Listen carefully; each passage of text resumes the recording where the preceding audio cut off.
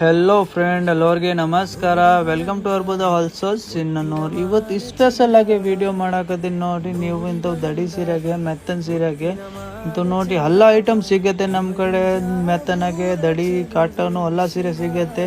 ಮತ್ತು ನೀವು ಇಂಥವು ಬಂಡಲ್ ಒಯ್ದ್ರೆ ನಿಮಗೆ ಸೇಲ್ ಆಗಲಿಲ್ಲ ಅಂದರೆ ನಾವು ಚೇಂಜ್ ಮಾಡಿಕೊಡ್ತೀನಿ.